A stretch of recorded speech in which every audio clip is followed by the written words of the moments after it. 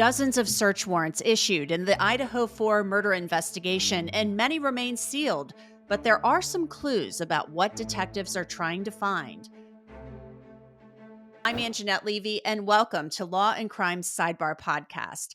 It's been 5 months since Kaylee Gonsalves, Maddie Mogen, Xana Kernodle, and Ethan Chapin were all stabbed to death in their home off campus near the University of Idaho in Moscow.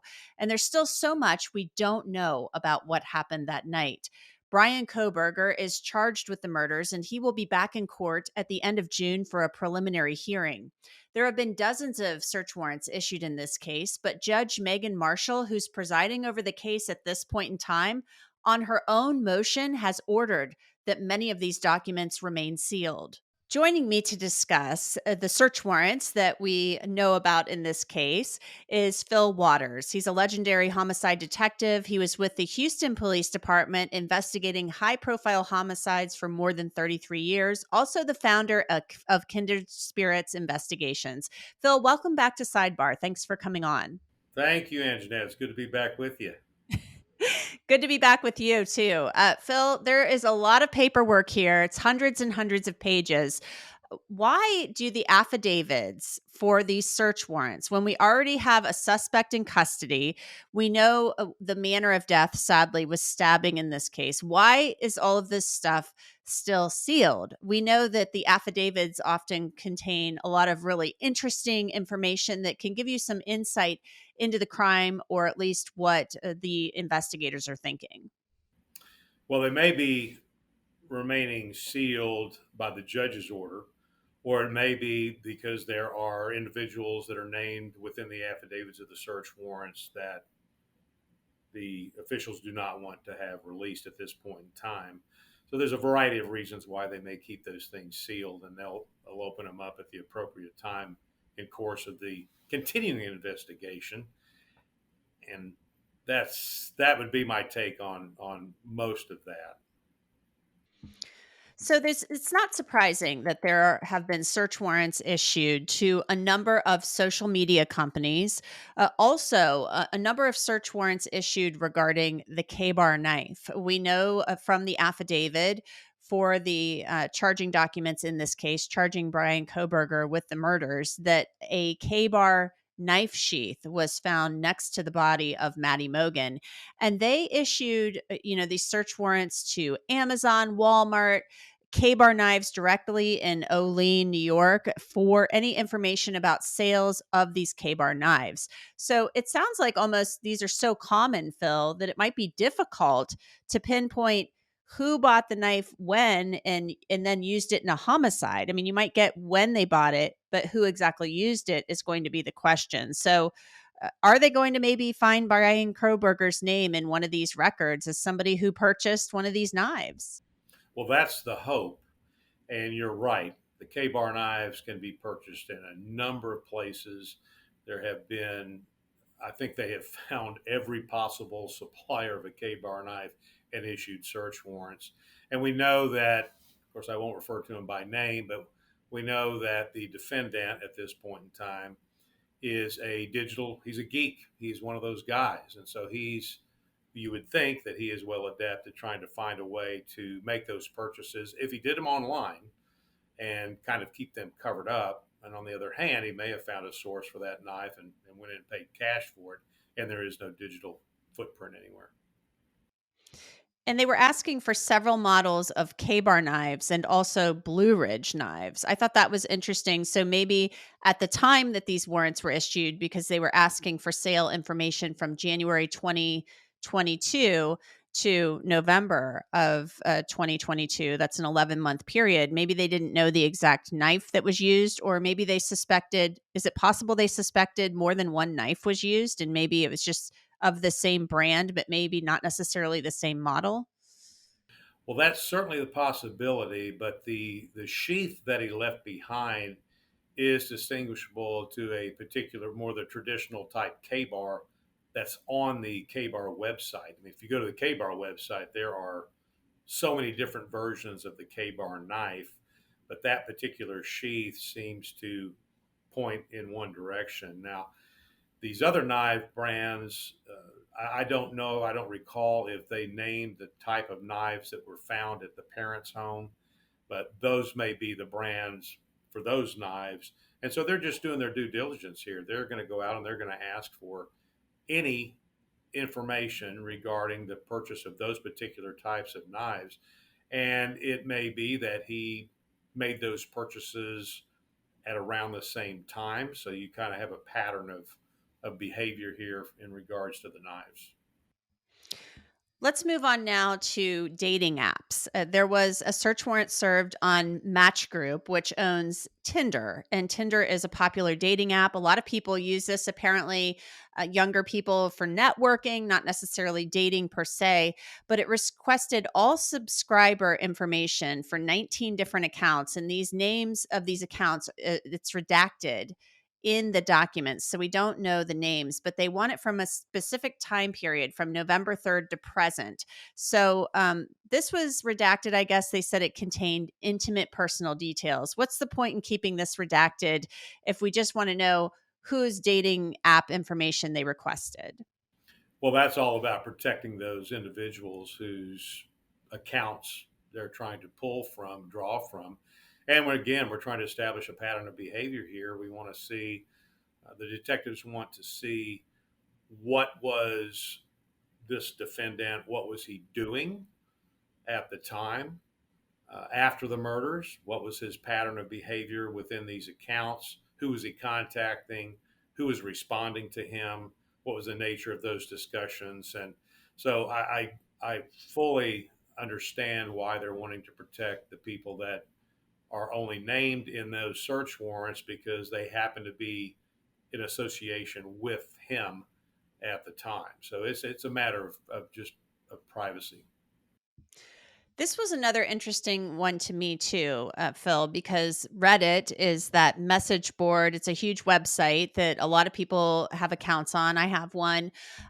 Bryan Kohberger had one for his criminology work. You know, he had posted information requesting people submit information for a survey, but this requested information specifically for Kaylee Gonsalves's account and information regarding it from January to the time of the murders. So, is it possible they suspect she was communicating with somebody on Reddit, or somebody may have been trying to communicate with her? Well, I think that is that's one of those big moments. Certainly, if we have any communication between Kaylee and I call him the evildoer, so if we have any communication between those two individuals prior to, certainly that's going to be huge. So I think from the beginning, there's been an indication that there was some kind of a relationship between the evildoer and someone in that house. And I think it was, of course, people are speculating.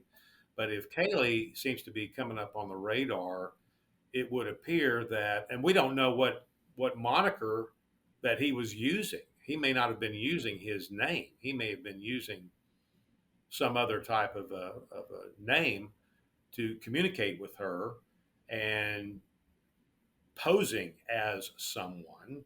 And so that made her feel comfortable that with this if there is a free exchange of information on those particular apps. So yeah, I think they're trying to, what they're trying to do here is uncover every stone, and they're trying to turn them all over and see what the association was with him and those four young people, and specific to maybe one person in that house before this event occurred, which is going to establish more affirmative links to put him in that house or around it. And it's great.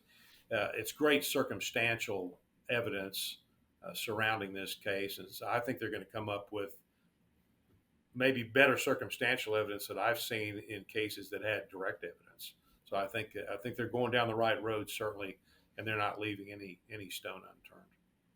Interesting. And it's interesting too, because Kaylee's family said, their attorney told me and some other people that they haven't found any connection between Kaylee and Bryan Kohberger. But they have to look. I guess they have to look everywhere to see if there ever was any contact between any of them. Right. Our Well, they next may one, not know that, you know, but true. like I just said, we don't know what name he was using or what he was using on those online apps. So he may have been communicating with them, and they don't know. I mean that's reasonable to say that, but it'll all get revealed here when we get the information back as a result of the search warrants. I thought this next one was really interesting, Phil. They sent a search warrant to DoorDash. We know that Xana Kernodle got a DoorDash delivery on the night of the murders around 4 a.m. I should say the early morning hours. And sadly, we know that she was murdered a short time later. She had been eating this DoorDash delivery, and they looked for and they sought, the police did, all of the deliveries to that King Road house for that year. Why would that be important in the investigation? Well, it shows a pattern of behavior for the people living in the house. And is this something that was commonplace? Was this a common activity at 4 in the morning after being out all night long and so forth and so on? Was this kind of a pattern of the folks in the house that they order from DoorDash? So I don't. I think I know what they're trying to do is just establish patterns of behavior not only with him but with the victims. So we want to find out what their common practice was. And if this was one of those things, then the DoorDash food delivery at that time of the morning may have been just something that happened. It wasn't anything that was part of the bigger scheme in terms of the evildoer and what he did. Mhm. And finally, there were search warrants served on the Coeur d'Alene Police Department and Moscow Police Department forensic labs. That piqued my interest. So, why would the police serve a search warrant on a lab at a police department? Well, there's going to be digital information at those labs, whether they're cell phones, laptops, hard drives, whatever they may be. And even though they have a search warrant that seizes that evidence, they have to get a separate search warrant to get into those particular digital devices. And they could have a couple of ways they could have done it. They could have done it by consent.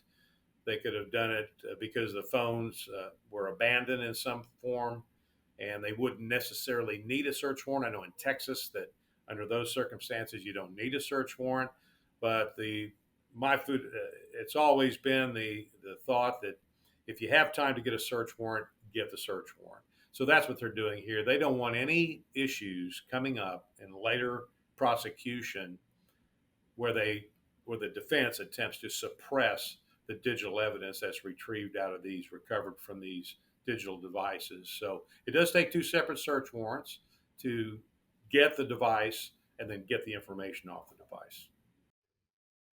Well, Fil Waters, veteran homicide detective extraordinaire, thanks so much for joining us to talk about what we could talk about regarding what was in these documents. A lot of it still sealed, which is a little frustrating, but we appreciate your time nonetheless. Oh, thank you for having me back. And that's it for this edition of Law and Crime Sidebar Podcast. You can listen to and download Sidebar on Apple, Spotify, Google, and wherever else you get your podcasts. And of course, you can always watch it on Law and Crime's YouTube channel. I'm Angenette Levy, and we will see you next time.